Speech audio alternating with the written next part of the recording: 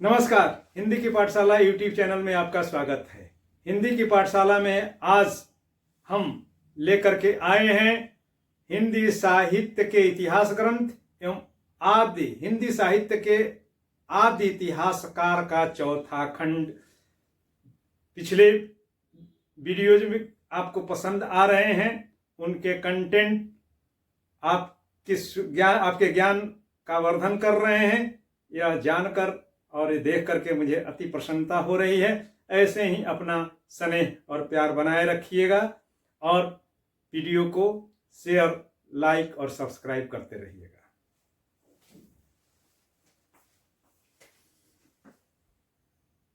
और इसी को इंगित करते हुए और इन्हीं बिंदुओं पर विचार करने के लिए ही आगे का हिंदी साहित्य का जो भी इतिहास ग्रंथ हमें उपलब्ध हो रहा है, वो सब इन्हीं विचारणीय बिंदुओं पर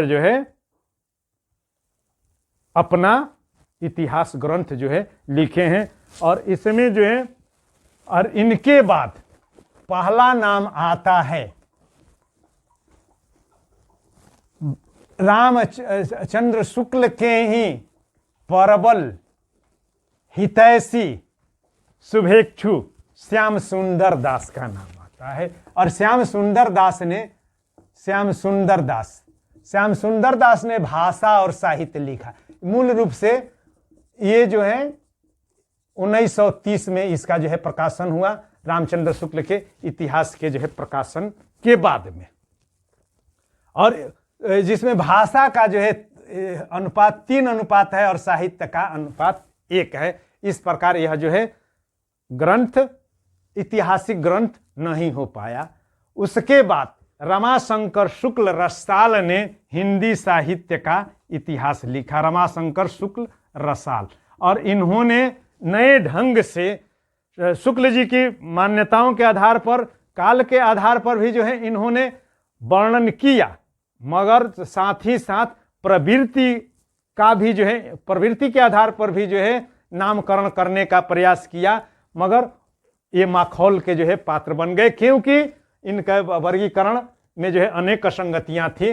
रमाशंकर शुक्ल रसाल, इनकी रचना हिंदी साहित्य का इतिहास, और इसमें इन्होंने लगभग और बहुत बृहद शुक्ल जी के इतिहास से भी बड़ा इतिहास इनका रहा है। 850 के आसपास पेज हैं, 770 पेज हैं। 770 पृष्ठों में इन्होंने अपना एक ग्रंथ लिखा। और काल का नाम वैसे ही काल के आधार पर आदिकाल, मध्यकाल और आदिकाल, मध्यकाल और आधुनिक काल नाम रखा। मगर इसको और प्रवृत्ति के आधार पर इन्होंने साहित्य को व्यक्ति के रूप में संकेतित करते हुए आदिकाल का नाम इन्होंने रख दिया बाल्यावस्था, मध्यकाल का नाम रखा किशोरावस्था, और आधुनिक काल का नाम रखा किशोरावस्था और युवावस्था। अब इन पर ये लोगों ने आपत्ति करने जारी कर दी। तो ये तो थोड़ा बताएं कि इसका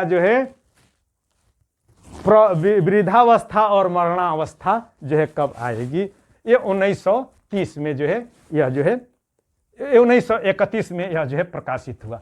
उसके बाद उल्लेखनीय प्रयास 2 लोगों ने किया, राम कुमार वर्मा और अर्ज हजारी प्रसाद द्विवेदी ने। और शुक्ल जी पर अपने व्याख्यानों के द्वारा इन लोगों ने प्रहार करना शुरू किया।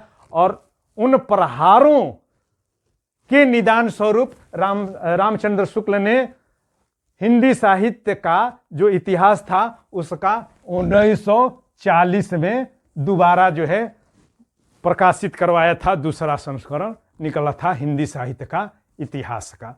तो राम कुमार वर्मा ने हिंदी साहित्य का आलोचनात्मक इतिहास लिखा। राम कुमार वर्मा के इतिहास का नाम हिंदी साहित्य का आलोचनात्मक इतिहास।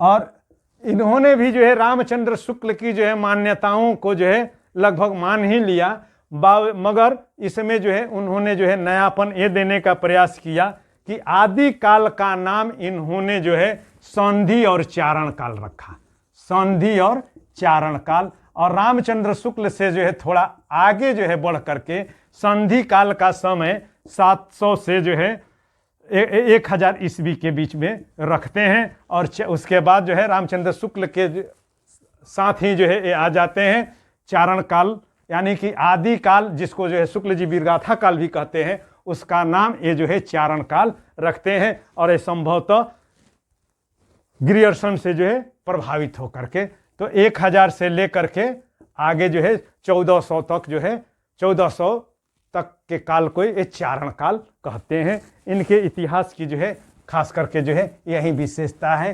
सर्वाधिक विवाद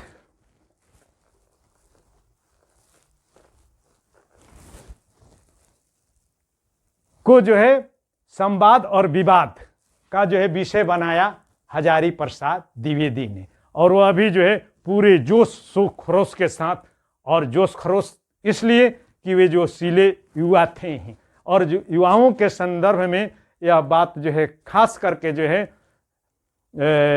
अवलोकनीय है कि युवा जब आते हैं तो अचानक अपने आप को जो है उठाने के लिए और विद्वत समाज में स्थापित करने के लिए उनका प्रयास यही रहता है कि जो है किसी जो है बड़े स्तंभ से जो है टकराया जाए। और यही जो है टकराने का काम जो है हजारी प्रसाद द्विवेदी ने शुक्ल जी से किया। और इस हजारी प्रसाद द्विवेदी से जो है टकराने का जो है साहस जो है दिखाया था नलिन बिलोचन शर्मा जी ने। उन पर हम लोग जो है विचार कर लेंगे। तो हजारी प्रसाद द्विवेदी चूंकि उस समय जो है शांति निकेतन में जो है गुरुदेव के जो है शरण में, गुरुदेव के जो है सानिध्य में रह रहे थे, तो इन्होंने शुक्ल जी के हिंदी साहित्य के इतिहास पर सर्वाधिक और जो है सशक्त संवाद जो है चलाया। और अपने जो है इन्होंने जो है 1940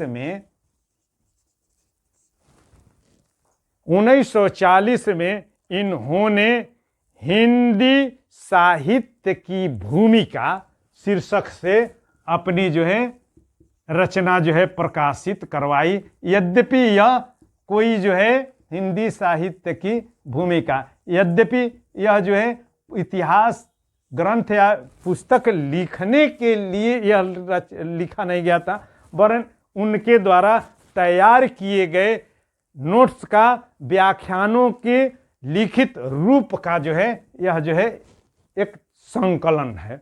और इस हिंदी साहित्य की भूमिका में इन्होंने आदिकाल के नामकरण को लेकर के और रामचंद्र शुक्ल के द्वारा आदिकाल का दिया गया नाम वीरगाथा काल को लेकर के और भक्ति काल को पराजय की जो है का परिणाम पर जो है इनकी को जो है सर्वाधिक आपत्ति रही। और 1940 में इन्होंने तल्ख टिप्पणियां जो है शुक्ल जी पर की, मगर तब 1941 में शुक्ल जी ने इनके समेत अन्य इतिहासकारों के द्वारा उठाए गए प्रश्नों का उपलब्ध सामग्री के आधार पर, ध्यान रखेंगे उपलब्ध सामग्री के आधार पर जो है निदान देने का प्रयास किया था। यद्यपि छायावाद के संदर्भ में यहाँ भी जो है उनसे शुक्ल जी से थोड़ी जो है चूक हो जाती है। और चूक की वजह यह रहती है कि चूंकि इनकी जो है गंभीरता और जो है चिंतन और अध्ययन में एकनिष्ठ जो है जुटता, तो जिस समय और जो कृतियां इनको जो है शुक्ल जी को जो है उपलब्ध हुई थी, उसमें छायावादी युग के तीनों जो है स्तंभ प्रसाद, जयशंकर प्रसाद और निराला की जो है उत्कृष्ट रचनाएं, जैसे कि कामायनी राम की शक्ति पूजा, सरोज स्मृति आदि प्रकाश में आ तो गए थे, मगर जो है पूरे जो है हिंदी जगत की जो है दृष्टि में नहीं पहुंच पाए थे। संभवतः यह भी जो है कारण रहा होगा।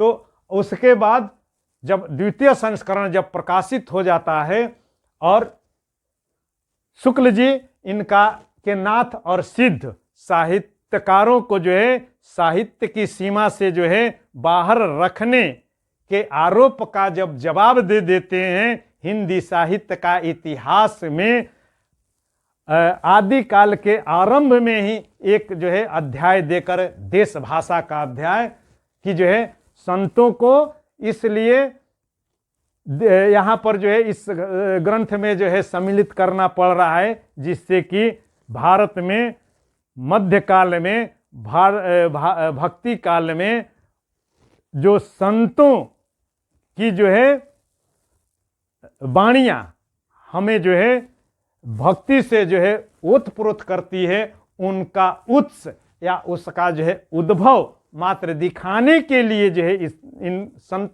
कवियों का उन अपभ्रंश की और देश भाषा की रचनाओं का जो है मैं उल्लेख कर रहा हूँ। अन्यथा अंत तक शुक्ल जी अडिग रहते हैं कि तंत्रयानियों, वज्रयानियों और सीधोनाथों की अपभ्रंश की रचनाओं को साहित्यिक हिंदी साहित्य का जो है साहित्य जो है हम नहीं मानेंगे।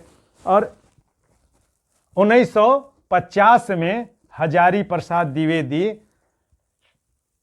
पटना में आते हैं।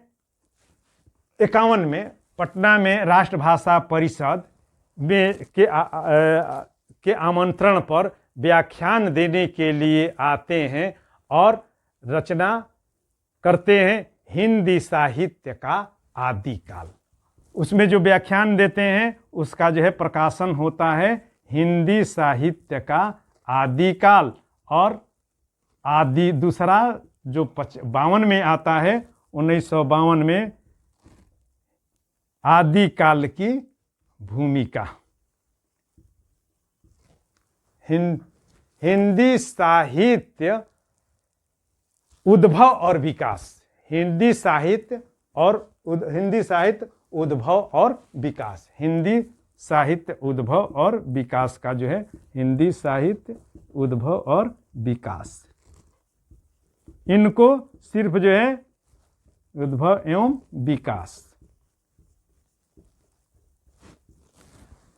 और यहाँ पर 50 और 52 में ये जो है शुक्ल जी से कतिपय भिन्नता रखते हुए शुक्ल जी के द्वारा दिए गए नाम और किए गए काल विभाजन को ये अपने इन ग्रंथों में एक तरह से स्वीकृति जो है प्रदान करते हैं।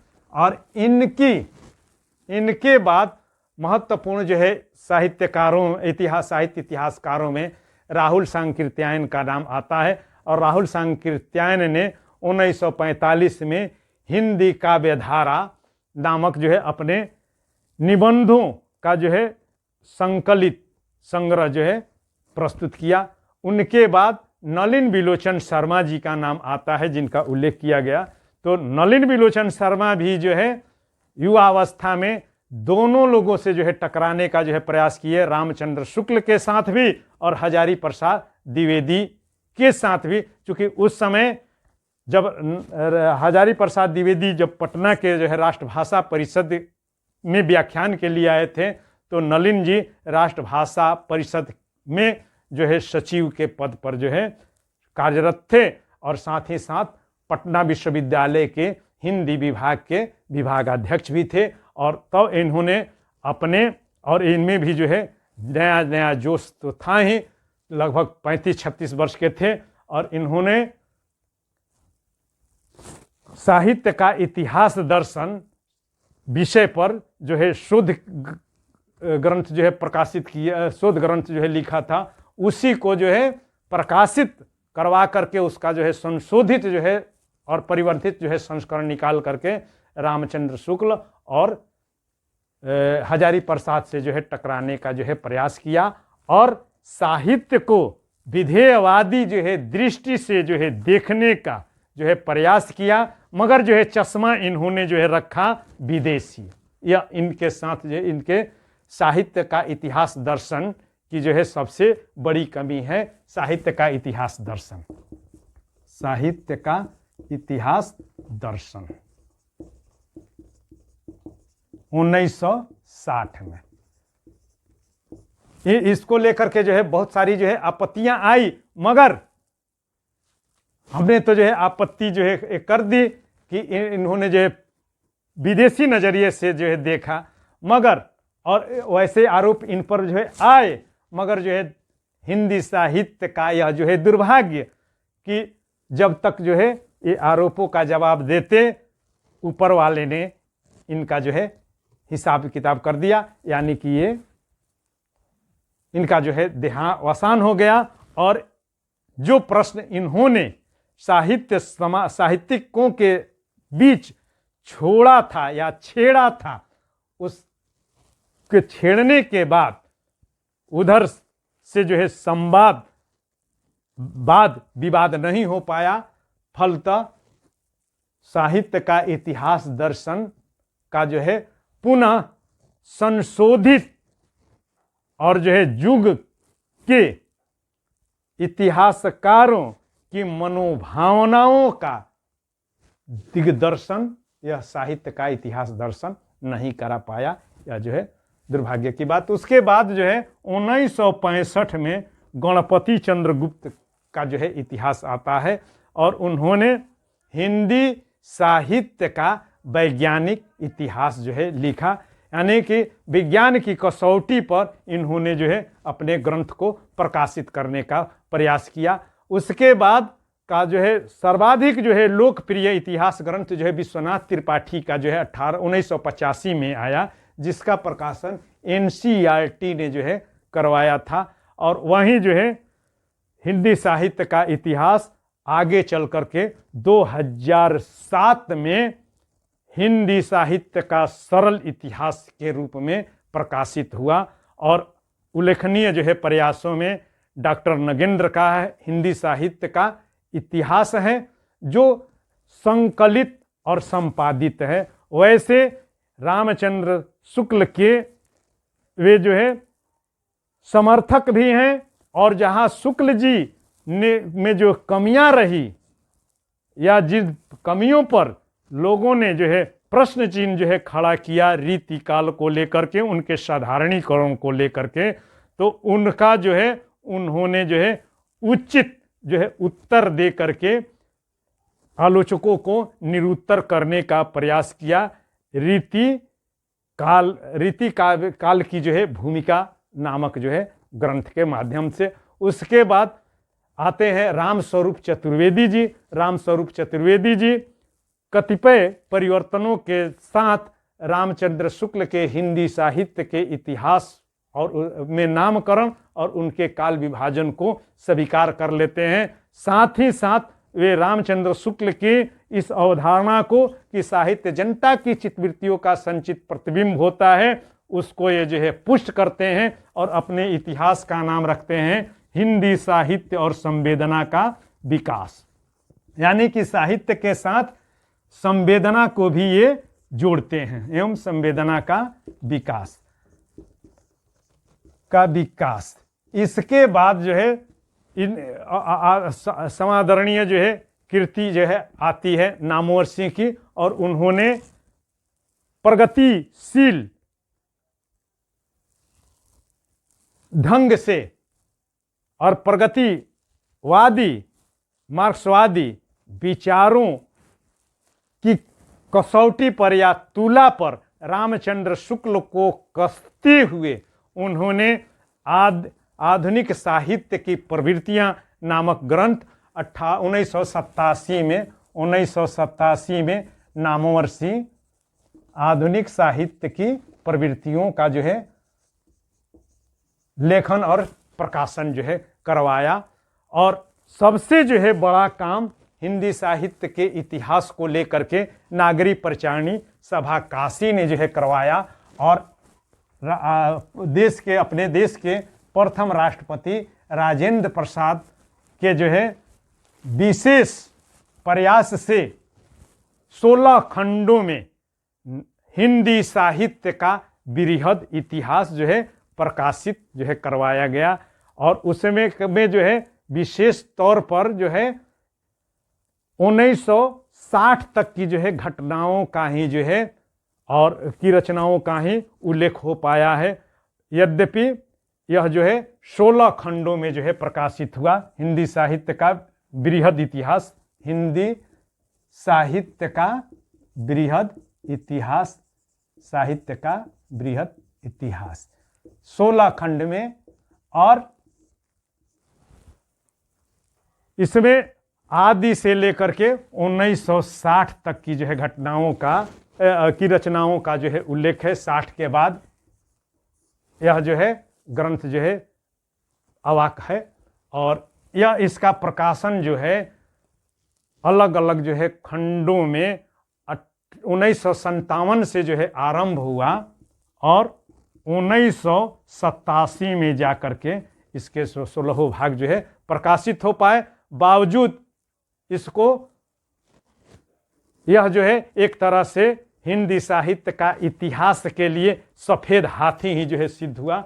और यह जो है ग्रंथ सिर्फ जो है सरकारी जो है पुस्तकालयों में अलमारियों की जो है शोभा मात्र जो है बन करके रह गया है। और अब जो है इतिहास जो लिखा जा रहा है उस इतिहास लेखन में परीक्षोपयोगी और छात्रोपयोगी जो है रचनाओं का जो है अगर जो है उल्लेख करें तो इस संदर्भ में सबसे जो है अद्यतन और छात्रोपयोगी और छात्रों के प्रतियोगी परीक्षार्थियों के बीच लोकप्रिय एक जो है इतिहास आया है। नाम है हिंदी साहित्य। यह राजस्थान हिंदी ग्रंथ अकादमी से जो है प्रकाशित हुआ है।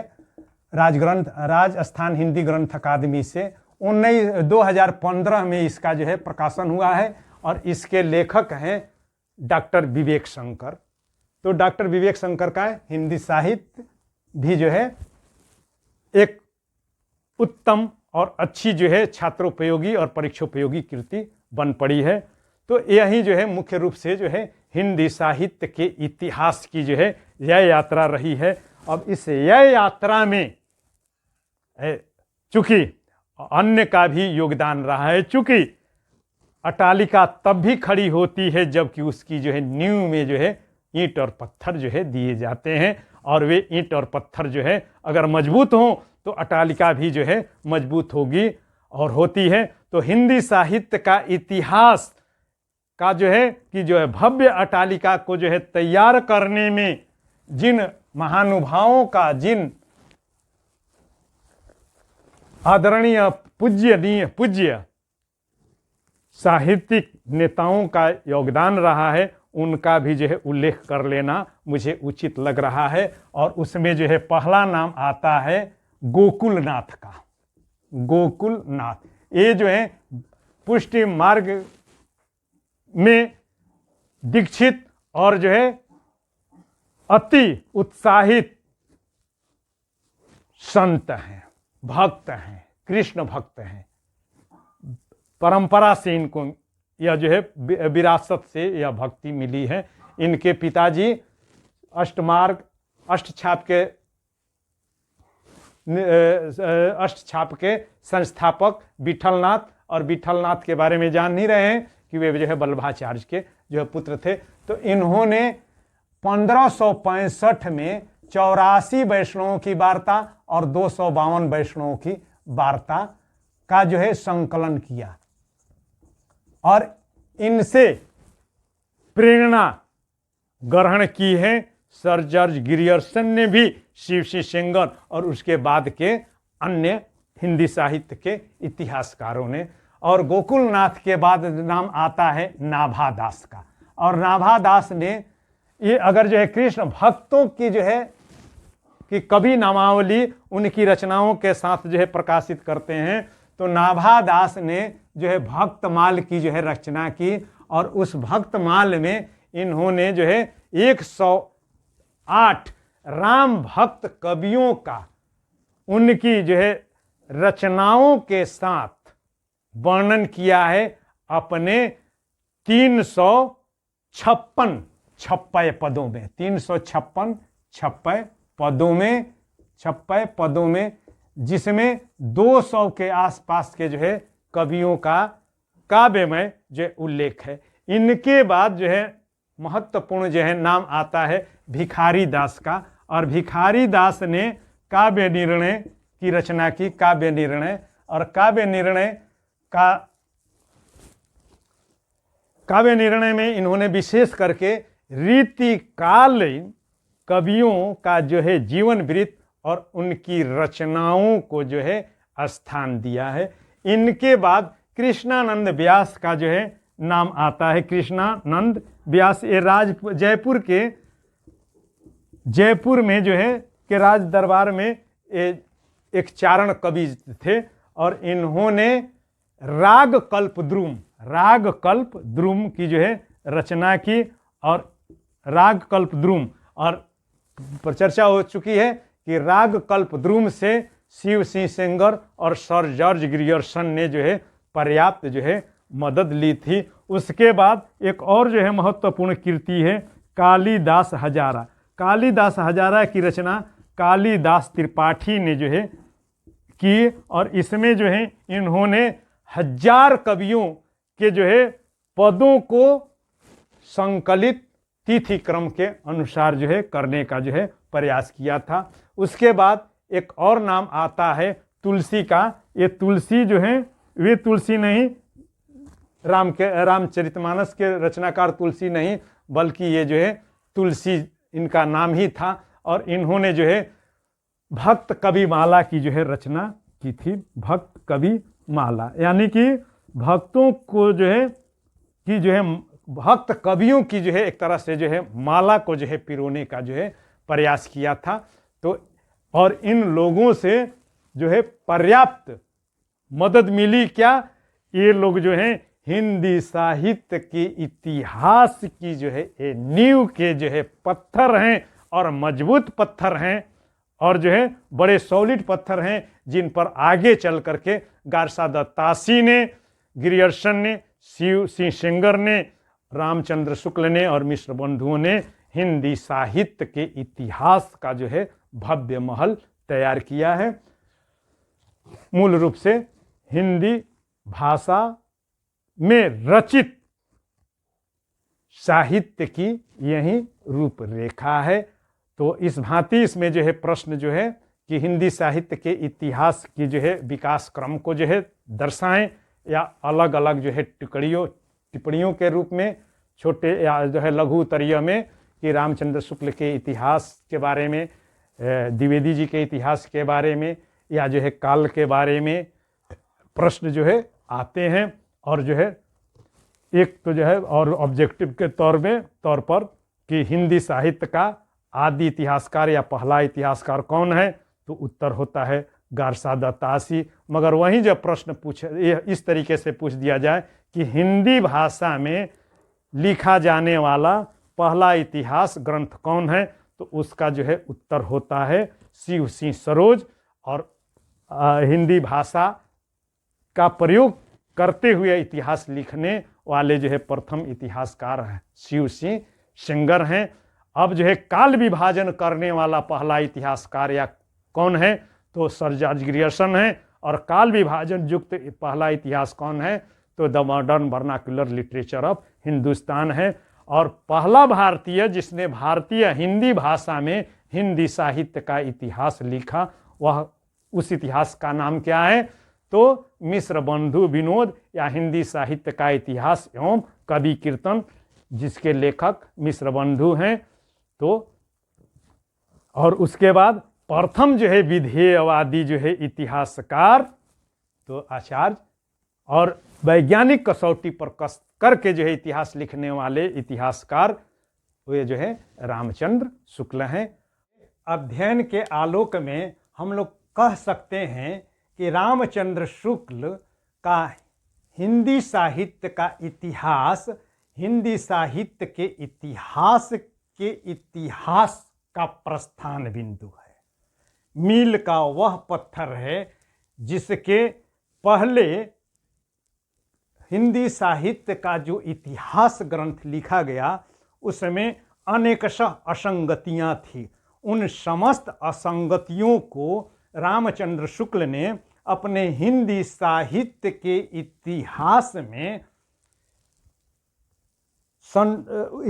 अपने हिंदी साहित्य के इतिहास में समेकित रूप से देखने का उनकी आलोचना, तार्किक आलोचना के बाद वैज्ञानिक दृष्टिकोण रखते हुए प्रथम विधेयवादी इतिहास लिख करके वे एक युग पुरुष बन गए और उनका इतिहास ग्रंथ उस युग का ही नहीं वरन आगे के इतिहासकारों के लिए एक मार्गदर्शिका बन गया और आगे के इतिहासकारों ने रामचंद्र शुक्ल के इतिहास को ही केंद्र में रख करके अपनी ऐतिहासिक दृष्टि का परिचय देने का प्रयास किया। तो इस प्रकार हम लोग और अन्य विद्वानों के मंतव्यों के आलोक में, उनकी आलोचनाओं और विवेचनों के आलोक में हिंदी साहित्य के इतिहास ग्रंथों की परंपरा की एक सरणी बना सकते हैं और वह सरणी इस प्रकार होगी। यद्यपि यह समझाने के लिए मैं दे रहा हूँ, बाद में यह सरणी इस वीडियो के अंत में दी जा रही है, दे रहा हूँ। बहुत परेशान इसके लिए परेशान होने की ज़रूरत नहीं है। तो इस प्रकार वह सरणी इस प्रकार बनेगी कि हिंदी साहित्य के इतिहास ग्रंथ, हिंदी साहित्य के इतिहास ग्रंथ, इतिहास ग्रंथ एवं इतिहास लेखन की परंपरा, इतिहास लेखन परंपरा की परंपरा कैसे पाश्चात्य, ऐसा नहीं है कि गारसा दत्तासी के पहले हिंदी साहित्य का इतिहास या इस क्षेत्र में प्रयास नहीं हुआ था, प्रयास हुआ था मगर वह पाश्चात्य इतिहास बोध की कसौटी पर उसको खरा नहीं पाया गया, इसलिए उसे इतिहास ग्रंथ नहीं माना गया। मगर प्रयास तो हुआ, तो और वह भी तो हिंदी साहित्य के इतिहास की भव्य अटालिका का नींव का ईंट है। पाश्चात्य इतिहास बोध की अवधारणा के आलोक में, इतिहास बोध की अवधारणा के आलोक में, अवधारणा के आलोक में तो गारसा दत्तासी हिंदी साहित्य के इतिहास के आदि इतिहासकार माने जाते हैं। उनके पहले जो प्रयास हुआ तो उस प्रयास को असंगठित प्रयास हम कह सकते हैं कि वह प्रयास चूंकि संगठित नहीं हो पाया, और तो यह इसको असंगठित प्रयास हम मानेंगे। संगठित प्रयास हिंदी साहित्य के इतिहास का लेखन का प्रयास हुआ मगर वह संगठित नहीं पाया, और दूसरे को हम कर सकते हैं संगठित प्रयास, जिसके प्रस्थान बिंदु या आदि बिंदु गारसा दत्तासी है। तो असंगठित प्रयास में पहला नाम आ जाता है नाभादास का, जिन्होंने भक्तमाल की रचना की। उसके बाद गोकुलनाथ हैं, गोकुलनाथ, ध्रुव कवि, ध्रुव हैं, तुलसी कवि हैं, तुलसी रामचरितमानस वाले नहीं। उसके बाद भिखारी दास, दलपत, कृष्ण नंदन व्यास, कृष्णानंद व्यास, इन लोगों के प्रयास को यद्यपि मान्यता नहीं दी गई, मगर इन लोगों का भी जो है हिंदी साहित्य के इतिहास के क्षेत्र में योगदान रहा है। वैसे ही संगठित प्रयास में हमने यही पाया कि शुक्ल जी के पूर्व जो इतिहास ग्रंथ लिखे गए उसमें अनेक सा असंगतियाँ हैं। उन असंगतियों को रामचंद्र शुक्ल ने दूर करने का जो है प्रयास किया, और उनके पहले जो इतिहास ग्रंथ लिखे गए एक तरह से उनमें जो है प्रयोग चल रहा था, और शुक्ल जी के बाद जो इतिहास ग्रंथ लिखे गए उन ग्रंथों में शुक्ल जी के द्वारा दी गई स्थापनाओं का एक तरह से परीक्षण हो रहा था। तो प्रयोग और परीक्षण के आधार पर यहाँ पर जो है पूर्णता, तो ये एक तरह से जिसको जो है शुक्ल युग हम लोग मान सकते हैं, शुक्ल युग। और शुक्ल युग के पूर्व प्रयोग हो रहा है, यानी कि इतिहास लेखन का प्रयोग ही है, तो इसको शुक्ल पूर्व हम नाम रख सकते हैं, शुक्ल पूर्व। और यह जो हो जाता है शुक्ल पश्च, शुक्ल जी के शुक्ल पश्च। शुक्ल पूर्व में पहला नाम आ जाता है गारसा दत्तासी का, और हिंदी साहित्य के इतिहास के लेखक हैं। क्यों लेखक हैं आदि लेखक, इस पर हमने विचार किया ही। उसके बाद जो है मौलवी करीमुद्दीन, मौलवी साहब हैं मौलवी करीमुद्दीन। उसके बाद सीयूसी सेंगर, सीयूसी Sengar, Grierson, Mishra Bandhu, Shyam Sundar Das, Ram Naresh Tripathi, Edwin Greaves, F.E.K. ये विद्वानों के जो है प्रयास हुए। शुक्ल युग, चूँकि शुक्ल जी के 1929 में उनका जो है पहला संस्करण निकला, उसके बाद जो है दूसरा संशोधित और परिवर्धित संस्करण 1940 में निकला, और उस बीच में शुक्ल जी के समानांतर भी जो है इतिहास लेखन का कार्य चल रहा था। उसमें महत्वपूर्ण नाम हैं सूर्यकांत शास्त्री, रमाशंकर शुक्ल रसाल,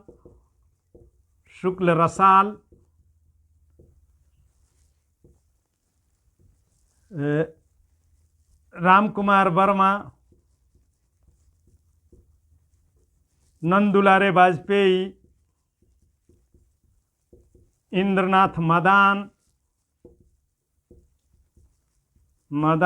और रामचंद्र शुक्ल का जब दूसरा संस्करण निकलता है उसी समय पहला आचार्य हजारी प्रसाद द्विवेदी का भी जो है, हजारी प्रसाद द्विवेदी का इतिहास निकलता है 1940, और उसके बाद जो है 10 वर्ष का अंतराल आता है। फिर उसके बाद जो है हिंदी साहित्य उद्भव और विकास निकलता है। और शुक्ल पश्चात में पहला नाम आ जाता है राहुल सांकृत्यायन का, जिन्होंने काव्यधारा लिखी। सांकृत्यायन हैं नलिन बिलोचन शर्मा जी हैं,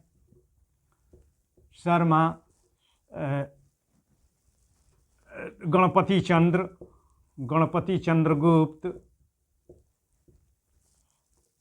त्रिभुवन सिंह, नामवर सिंह, राम स्वरूप चतुर्वेदी, डॉक्टर नगेंद्र, विश्वनाथ त्रिपाठी, नागरी परिचारणी सभा, लक्ष्मी सागर वार्ष्णे और डॉक्टर विवेक शंकर। मूल रूप से यही सरणी है जो अंत में दी गई है। और आज हिंदी साहित्य के इतिहास ग्रंथ एवं इतिहास लेखन की परंपरा का यह चौथा और अंतिम खंड आपके समक्ष है। 3 खंडों को तो पर्याप्त जो है प्रशंसा मिली है, और चारों खंडों को भी एक साथ करना क्या हो, तो चारों एक साथ हैं ही, ये तो खंड खंड जो है जा रहा है, को समग्र रूप में भी मैं अपलोड जो है वीडियो का अपलोड कर दूंगा। और अब तक जो प्रशंसा मुझे मिल रही है, अति उत्साहित हूँ। और चूँकि यह जो है अध्याय लंबा हो गया और थोड़ा जो है जटिल भी था, उबाऊ भी था, क्योंकि यह पाठ ही वैसा है। हिंदी साहित्य के इतिहास का सबसे जटिल, सबसे विवादास्पद, मगर सबसे महत्वपूर्ण अध्याय है। और जितनी सूचनाएं मैंने दे सका हूँ, यद्यपि और भी जो है सूचनाएं हैं, बावजूद मुझे लगता है कि यूजीसी की परीक्षा के लिए नेट और स्टेट लेवल जो एलिजिबिलिटी टेस्ट होता है, या विभिन्न राज्यों के उच्चतर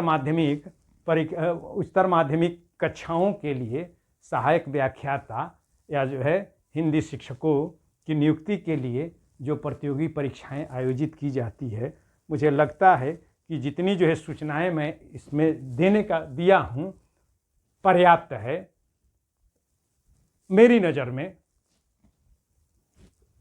अगर इतना जो है अध्ययन कर लेते हैं तो ऑब्जेक्टिव का एक भी क्वेश्चन शायद नहीं छूटेगा।